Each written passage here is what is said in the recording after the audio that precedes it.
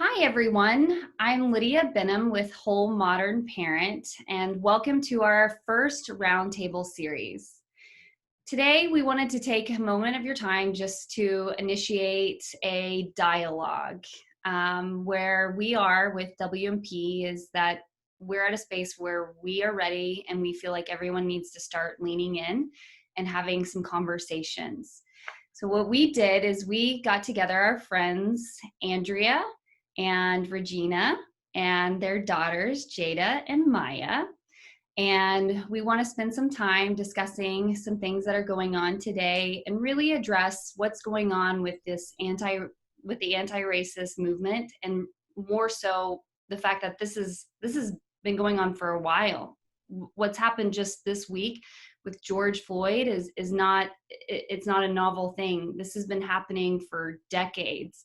And what we want to do is we want to open up the lines of communication, and we want to get really uncomfortable.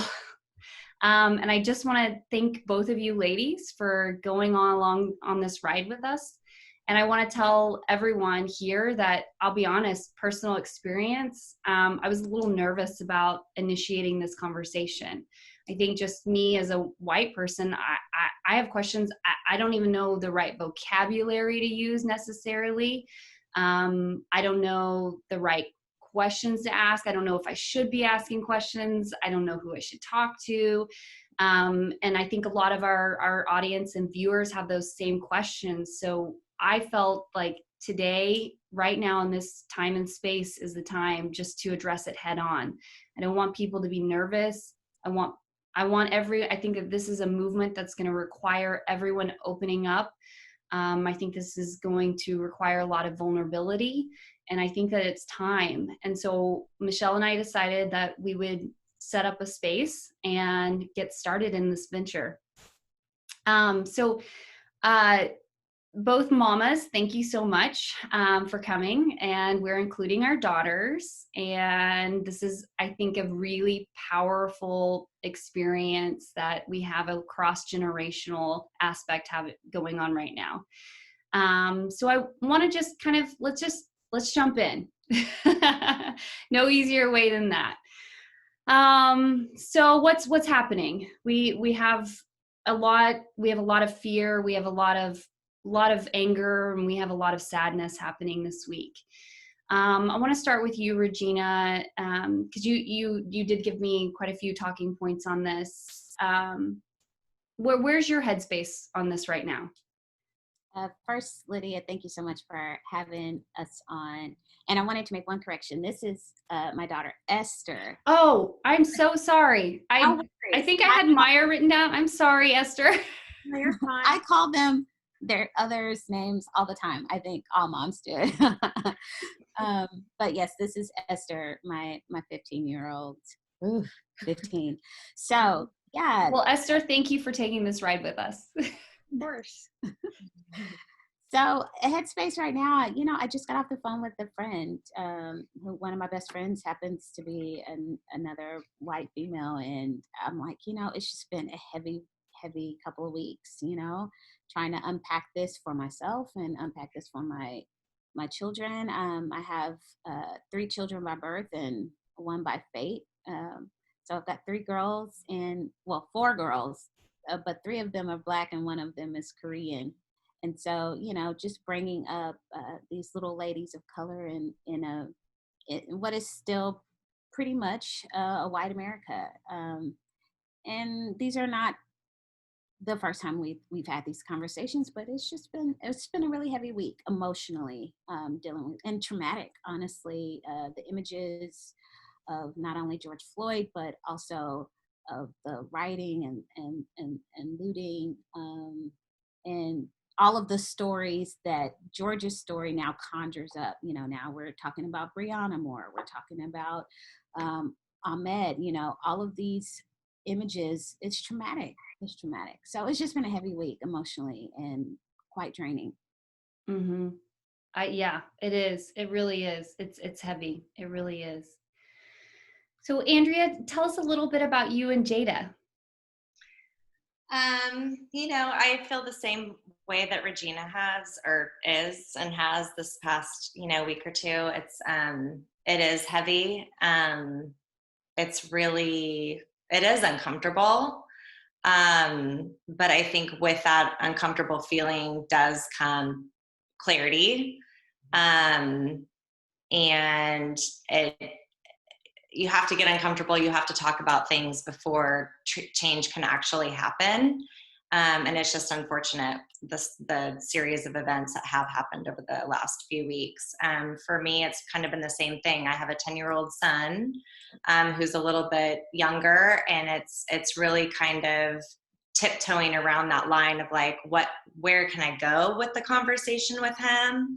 And, having biracial children, I mean, it's a hard topic to really, it's not hard. It's just, there is that uncomfortable, I don't know what I'm trying to say. It's just uncomfortable. Again, you kind of go back to like, what is acceptable to talk about, what's not, how much to share, how much to not, and then my 14-year-old has views of her own and her own, very strong opinions and feelings around all of it. And so I think as a mom, that's just been hard to kind of bring in the conversation for both of my children. But yeah, I mean, there's a lot of fear around it. There's, I know that these kids at their age are bound for change and can really use and stand up for their voices. And what does that look like collectively? Because I agree with you. I think that, what has happened is only a symptom of what has been happening for years and years and years and years. So how can we actually affect real change in all of this? Right.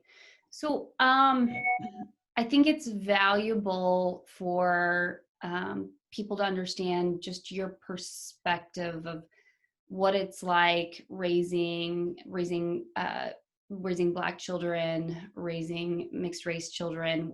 What is that for you as a mother? Like what fears you have, what kind of, I'm trying to think of the best word here. I guess like you're saying, you're trying to figure out what that conversation looks like. I think that you guys have a different level of parenting that us white mothers we don't. I think what we've been doing is essentially ignoring it, and we're not addressing it with our kids. But I don't think that you have that space to ignore it with your kids. So just kind of tell me the extra. And I want to use the word burden here because I think it is a burden. Yeah. So tell me about that and raising your children. So, honestly, I have to go back because of how my parents raised me. Okay. So, I grew up, child of the 80s and in the 90s. And, going out on a Friday night meant that we had to be reminded of the talk, with my parents. You're going out on and I grew up with 6 brothers and it was four girls, 6 boys. So my parents had this talk with us a lot. I grew up in North Tulsa, or really downtown Greenwood. And they would say, if you get pulled over by the cops, you cannot do this, don't do this, absolutely beyond, so this was kind of standard. And there were different rules for my brother than there were for me. And because my friend group was so diverse, I had a different set of rules than my brothers. It was like, okay, you're hanging out with all these white people. Look, girlfriend, you cannot do the same things that they can do. You will go to jail. You will get beat down. You will lose your life. And I'm like, okay. So it was very different for me. And so now as a parent, I'm having the exact same conversations, 30 years later with my children. And so, yeah, it's an extra burden. My kids go to a predominantly white institution. And so a lot of their friends don't look like them. And I have to let them know, just because Sally and Bob are doing X, Y, and Z, you cannot. These are the things that kept me alive. And I have the exact same conversations with them. Esther, what do you think about how I parent you differently than some of your friends? Well, I don't know if all moms do this, but a lot of times I got told, like, don't touch stuff in a store if you're not going to buy it because it'll make me look suspicious. And I still kind of get scared sometimes. Like when I go to the mall with friends, they like to go to the mattress section of department stores so we can just like hang out. And I'm like, I don't know if I can do that, guys. Like, it's just a little different because they have a lot more freedom than I do because they don't have to worry a lot. So, Jada, I'd like to ask you along these lines, since we got Esther's input. Are there some things that you feel like distinguish you from your friends when you're like hanging out, places or activities? Yeah, a lot of times, like we've already talked about, I can't do the same things as they do because I don't know, I don't want to say risky, but like it kind of is risky. And if I do it, then I look bad. So it's kind of like, it just feels like they have it easier because they don't have to worry all the time about what they're doing when we go and hang out and stuff. So it just makes me like, I love hanging out with my friends, but at the same time, I'm always like worried, like someone's looking at me, and I'm always like looking over my shoulder and stuff. So yeah. I think too, just to add to that, I mean, we were in a conversation, we were at a family member's home last night, and she was saying, you know, that her son's basketball coach, I mean, he's African American, and he's like, anytime I get pulled over, you know, the police officer comes and he's like, puts his hands out and just immediately starts shaking because he doesn't know what's going to happen. And that's just an underlying fear in a way that he has to live his life because of what has historically happened. And it's not okay. Mm-hmm. You know, I grew up in a public school all the way up until high school, and then went to a private high school. And, you know, I've been around lots of cultures, feel very much a cultured person. I don't see color, I see people. One of my dad's very best friends was an African American. He was my soccer coach for a very, very long time. And I didn't grow up in that way of like that there is a divide. And so that came with time and seeing a lot of things. And I feel like I personally felt the racism side the first time when I moved to Oklahoma. So when I started dating my children's father, African American, and, you know, ended up marrying him, that, you know, there was this like, whoa. And I didn't know if it was more of like a regional, like a Midwest thing. I mean, I grew up in Oregon, very liberal for the most part, you know. And so that's kind of where I first felt it. But I just think that ignorance is a really, really big problem. Mm-hmm. I don't think that people are open. I think that people are set in their ways, and it takes things like this, unfortunately, for people to open and bloom and have to come together. But some people are just not open, and they are just, you know, they believe one thing, and you're not going to bend them, you're not going to change them, and it's just the way that it is. So I think the more that we can open up and go beyond what we are culturally ingrained to do, mm-hmm. That will essentially just expound those boundaries of our belief systems and what we believe. And I love what Regina was saying about breaking the bread and, you know, really getting uncomfortable with somebody that you don't know or a different race, and learning the beauty of their culture, and seeing how they live their life. It's important. I mean, that's essentially, like, I feel like that is the change. Mm-hmm. And it just comes back to that being uncomfortable and having those uncomfortable conversations, whether it's in this kind of setting, whether it's with our children, and just that generational education. Yeah, and I want to kind of chime in here on this because I think, I mean, I regret the fact that I've known both of you ladies for so many years now, and we've never had this conversation. Like, Yeah. I'm sorry. I really am. And I also want to address just something that you said, Andrea, and the fact that you were talking about people being open and people being ignorant. And I really want our viewers to know, like, I am ignorant, right? I don't see color, but I haven't been part of changing. But people that aren't open, they're in a different realm. And I would say what we're addressing and for our information right now, I mean, I really felt like we had a space and a platform that we could start answering questions for people that are of the ignorant type, that they just don't know what to do. And I know there's a lot of noise right now on the internet, and especially for me, who I'm not a big social media person, and the information is already so fast, and now it's faster, I can't even process.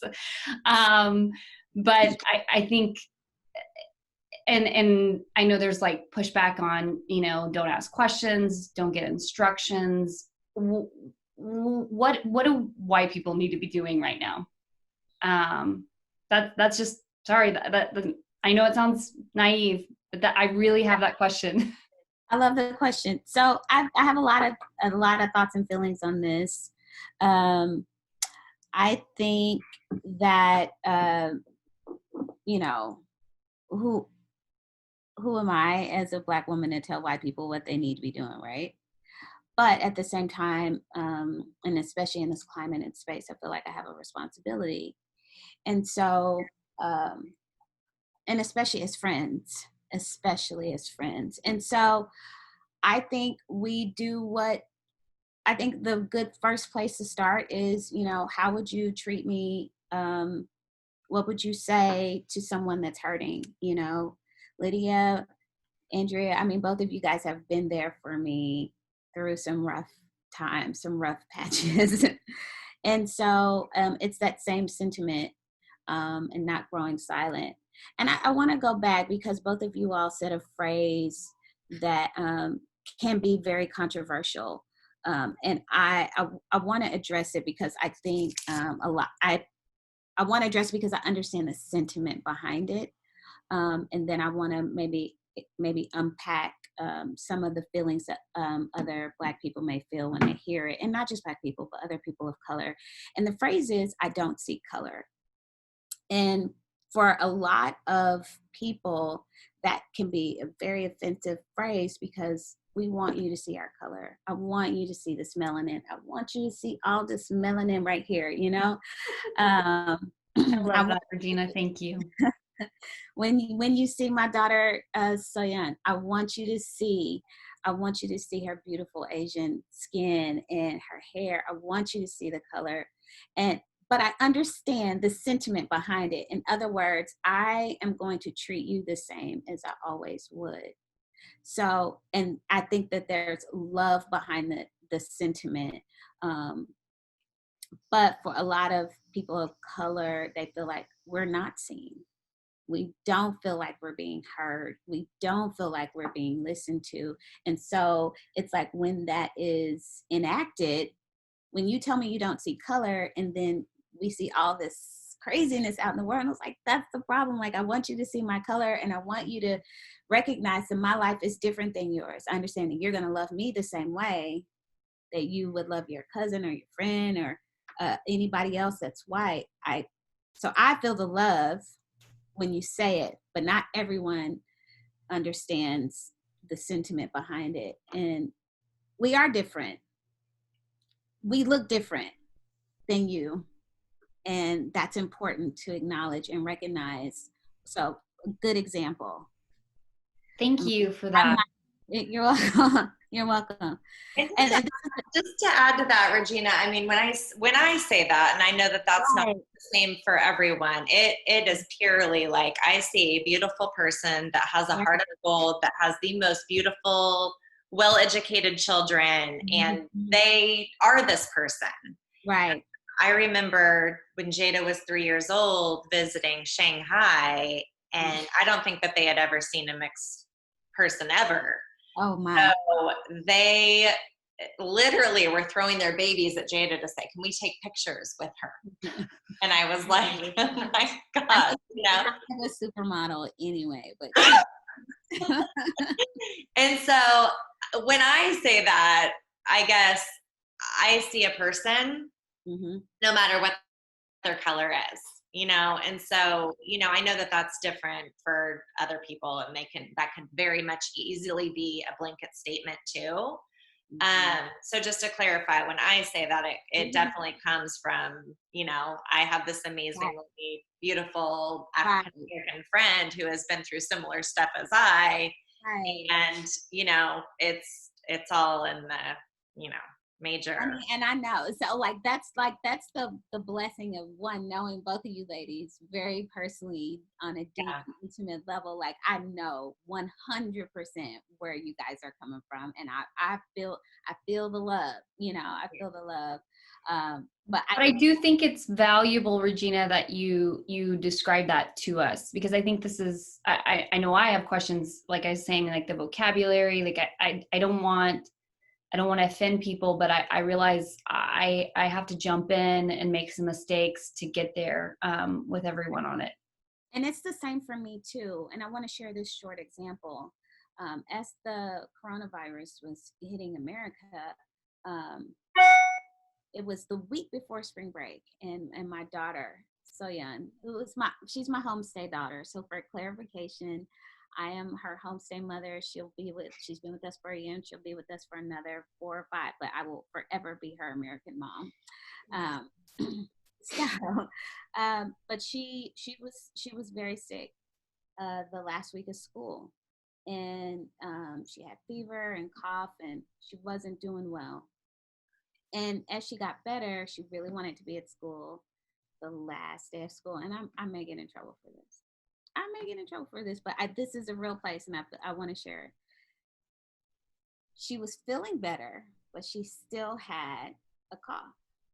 No fever. She was up. She had energy, but she was still coughing. And I said, baby girl, I love you, but I'm not going to send you to school with this cough when there's a lot of discrimination right now against Asians, blaming them for this pandemic. I'm not going to send you up to that school with a cough, because if one person says something ignorant, I'm going to be up there. And I don't want you to get kicked out of school, and I don't want to lose my job because I work at this school. But it was just like, because I see her color, and I understand the context of her being an Asian going to a predominantly white school in the time of coronavirus. So sorry, you're going to miss out on this last day of school before spring break. And that was the last day of school for the school year. So that's heavy, Regina, because me as a white mother, that wouldn't even have crossed my mind. I mean, the fact that that's things that you are constantly like worrying and troubleshooting, I mean, that's a lot. I think that's the burden I mean, and it's not fair, and it's not right. I mean, that's heavy. And she understood it. As soon as I said it, she was like, oh yeah, you're right. So I was like, let somebody say something to my daughter. I'm gonna be up there so quick. But so mindful too. I mean, to have that perspective always is just, it goes back to being open, and that's awesome. And I love that point, Andrea, because you're right. And maybe it's something where, like, the way white people are being raised, that we're not open and aware, you know? Because I wouldn't have, that wouldn't be something that I would have registered. I think I would have been, you know, thinking about, I don't know, something else, but maybe that's critical here as well, is us becoming more open and aware of biases and responses of people that can affect different cultures. Because we try to protect our kids from the news, right? You know, because it's so much like negative stuff out there. But I think at the same time, so for me, I read the news every day, And so once I saw a lot of the discrimination from adults, treating adults badly, then I know it's only a matter of time before it trickles down to the children. So what would have been a safe space is knowing that there were other parents at the school, other white parents at the school talking to their white children and saying, hey, right now we're in a pandemic and there are a lot of people discriminating against Asians. So I want you, white child, to look out for your Asian friends today. Make sure that if you hear or see anything that you speak up and you stand up. But I did not have the confidence that those conversations were happening on a broad level. Right. And that's interesting because I would really like to get both Esther and Jada's weigh in on this. What are conversations you're having with your friends right now? Like white friends, friends of color? What does that look like? Jada, I'll start with you. A lot of my friends, they like understand, which I think is good, but I feel like whenever they say that they understand and they're like, I don't really know, just like posting all this stuff, like raise awareness or whatever, like it kind of shows that they understand, but I don't think that they fully understand because like, I don't know, I haven't really talked to a lot of my friends about it because I just haven't really been talking to my friends recently, but I just think that my like white friends, they need to get a better understanding of what's happening in the world right now because they genuinely don't have an idea. Some of them, so yeah. Do you feel like a lot of your friends are posting about like all of your friends Yeah, or just but certain friends? a lot of my friends are posting just to like, I feel like they're posting just to say that they like checked the box, to say that they just posted something about it. I get that. And it's just like, you're not doing anything to actively help. So like posting like justice for George Floyd or whatever, like posting like one little thing on your Instagram story is not helping anybody and it's not showing anything. It's just like you're just doing it to say that you did it and that you checked the box. What do you think would help? Sorry, I put you on the hot seat. Well, I think that like, this is just what I think. I think rioting and looting is not the way to go. And I understand why people are doing it because they feel like we have nothing else to do really because we can't rely on the people who are supposed to be like protecting this country to do anything because nobody's doing anything. So like, I think people are just, that's what they feel like they need to do.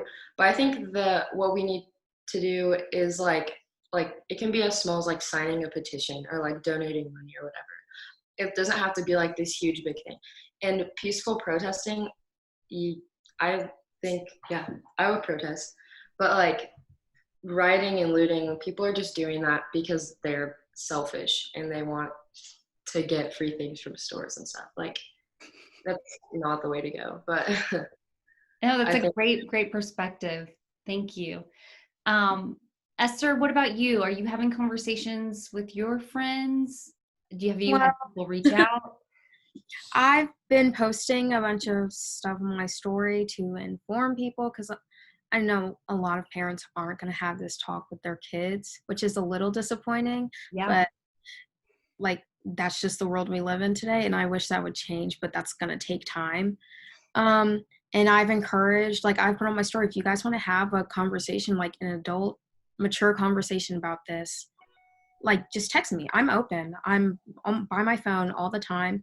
And all the time.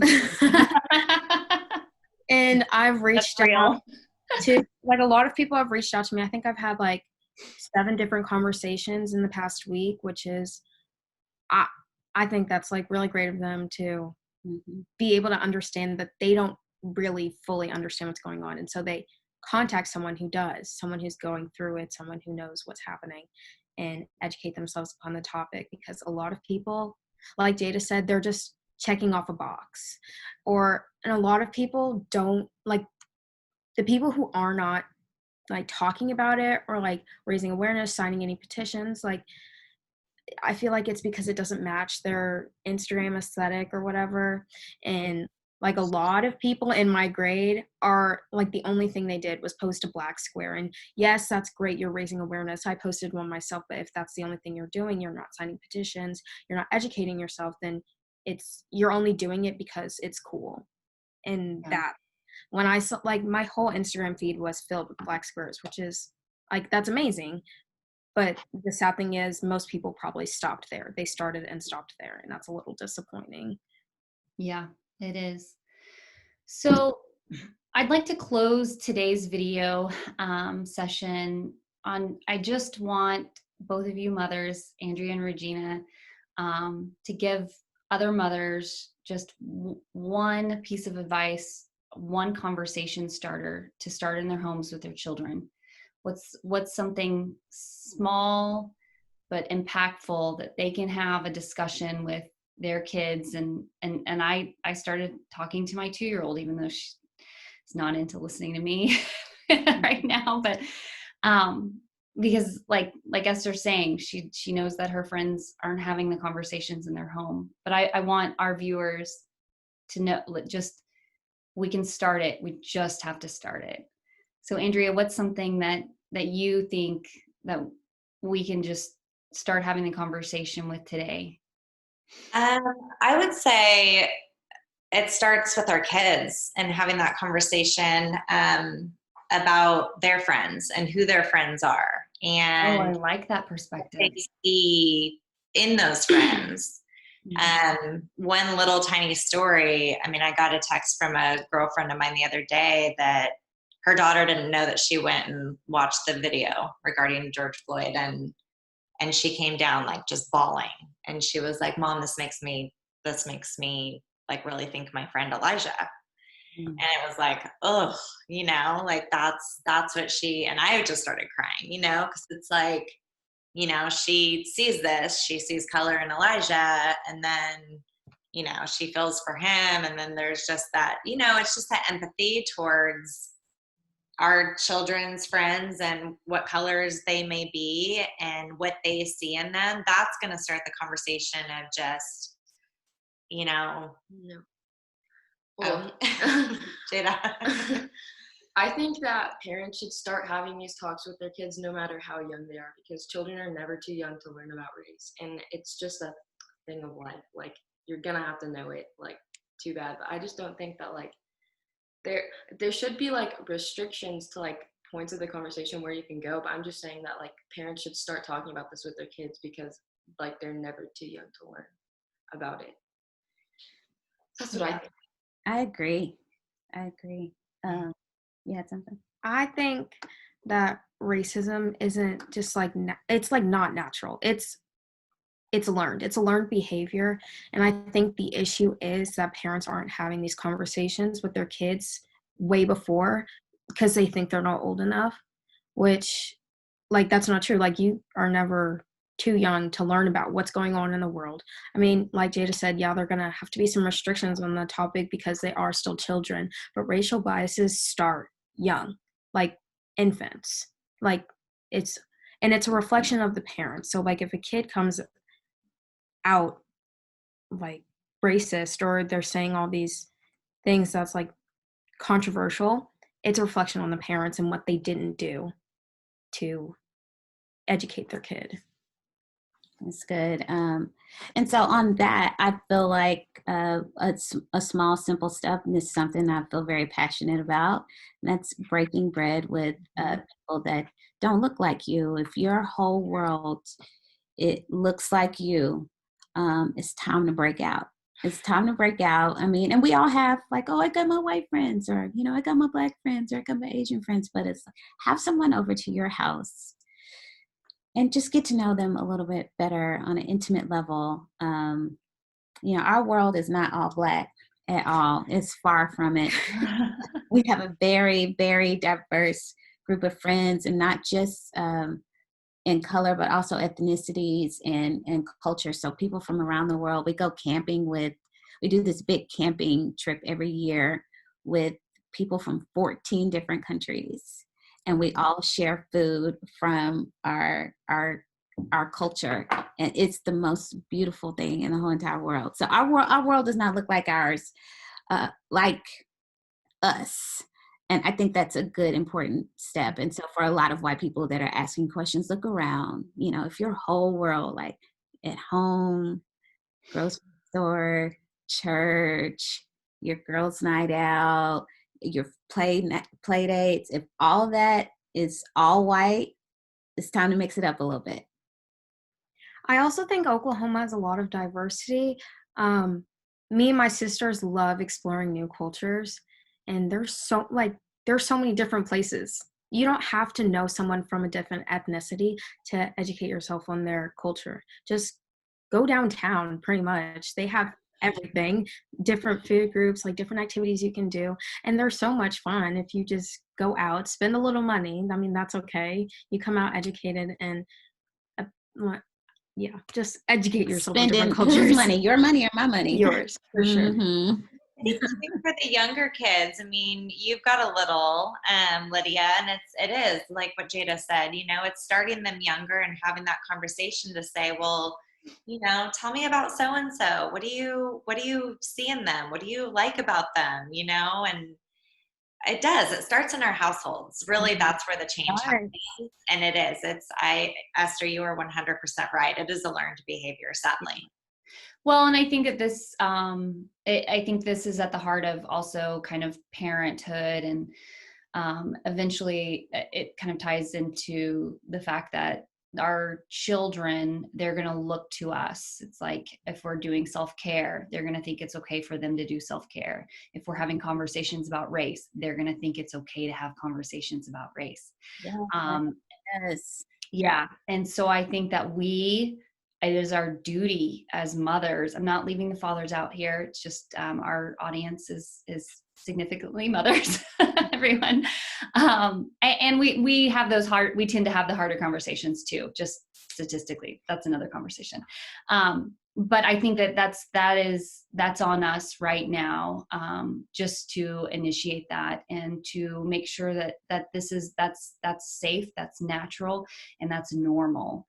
That having these conversations is part of life. It's not, I don't want my kids to feel like they can't have the conversations with other children. They may make mistakes. They may use the wrong words, but it's just like learning a language. You get there by making the mistakes. So I think that this is a great first step in our Roundtable series. And thank you, ladies, mamas, babies, for joining us. I really appreciate your time today. And for all of you viewers watching, this is the first segment of our 3-part Roundtable series. And please hang on, because we're going there. And it's going to be beautiful, and we'll have questions answered and bring some clarity and light into this. Thank you so much for your time, ladies. I appreciate it. Thank you. Okay, bye.